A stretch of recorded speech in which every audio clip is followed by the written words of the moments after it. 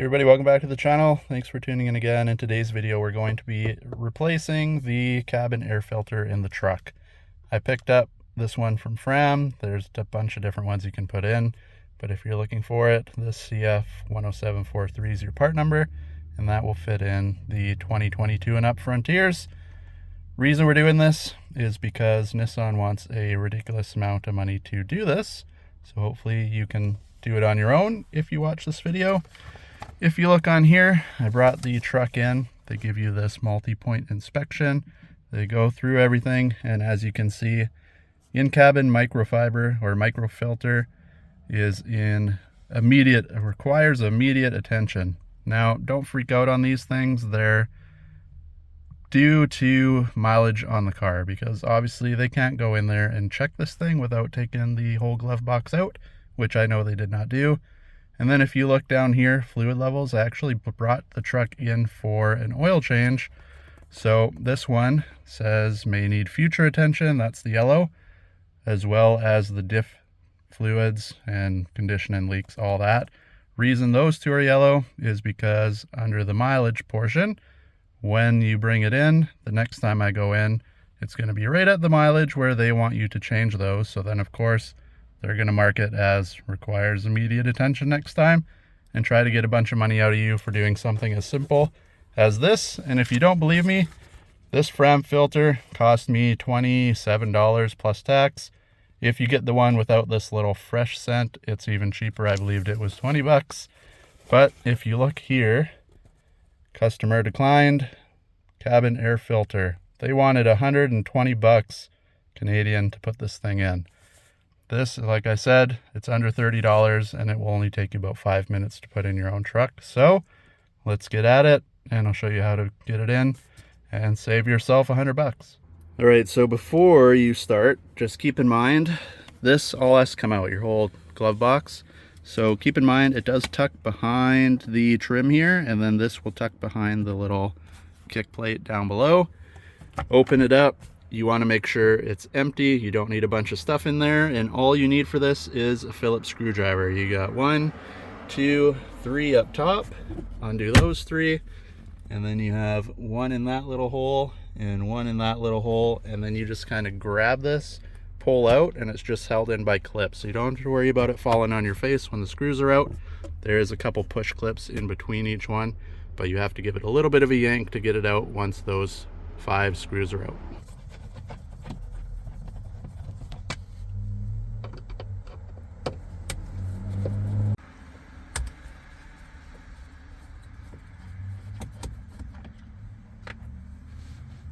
All right, so once you got the 6 or the 5 screws out, you don't have to worry about mixing them up. They're all the same. Just grab this wherever you can and give it a yank, and it will pop out. You just got to find the sweet spot, like that. Just keep it coming. And then on this side, like I said, it tucks behind. And she's out. All you have to do is unplug your little light here for the glove box light. Just the little white tab, and then your whole glove box is out of the way. All right, so once your glove box is out of the way, this is where your filter is placed. If you look closely, hopefully it'll focus. Right here, it says push. It's just held on by a little clip. You actually have to pull to get it out, which is obviously a little bit confusing because it says push, but that's to click it back in. So when it's done, you push it and it locks in. Pull, it'll let go, and then you just slide it to the left towards the driver's side, and that comes off, and lo and behold, there's your cabin air filter. Now, only thing to get this out of here, because they like to make everything a pain in the butt, your fuse box is in the way. So if you get just a little pry tool, right here is a clip, get in there, push it down, that'll pop out, and you can just hang it out of the way, and it'll allow you to pull your Nissan filter out. And keep in mind, airflow pointing downwards, so when you put the new one in, don't put it upside down, otherwise it won't work. So air filter the airflow is going through the filter that way and blowing out towards your feet. Okay, I got the bottom one out already. Get your little tool, just push in that hole, push the tab down and wiggle it, and then the whole thing is loose. It's not going to go anywhere. The wires hold it in place, but at least now you can push it down and then grab your filter and it will slide right out. All right, so here's the difference between a 2-year-old filter and your new filter. New filter, obviously nice and clean, nothing in there. This hasn't been touched in 2 years. We've got dog hair, we've got leaves, we got mud. There's a dead spider somewhere in there. So it is doing its thing, just about ready to be changed out.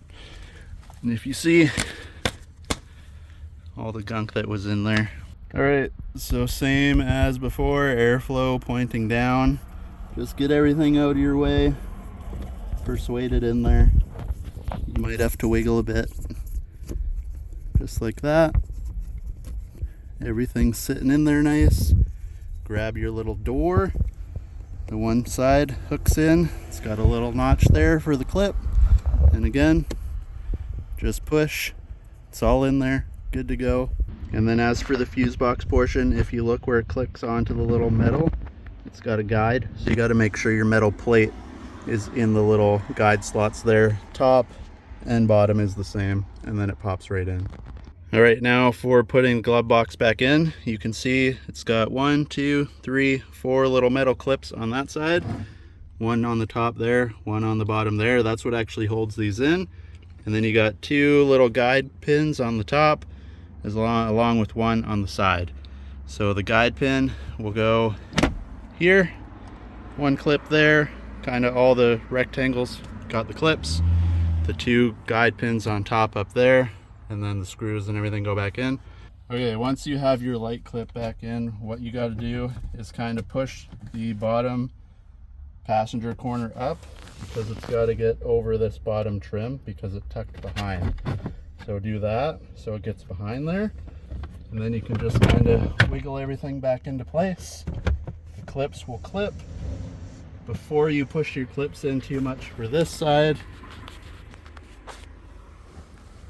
grab a pry tool or a screwdriver or whatever you got, because you want, like I mentioned before, this trim has to go behind like this up here. So I'm going to get that tucked behind, and then you just push and all the clips will clip in that I showed you, those metal clips. All right, as for the trim around the door, I found it easier. Just pull and actually disconnect it from the guide there, and then you can push it back in. And then all you got to do is, I don't know if you could hear it, but you just click it back into place, because like I said, that has to go in front. Then, as you can see, the clips are holding it in now. All that's left to do, here are your 3 screws up top, your 2 in the bottom. Just give it a push before you screw those 2 in. Make sure the bottom clips are in.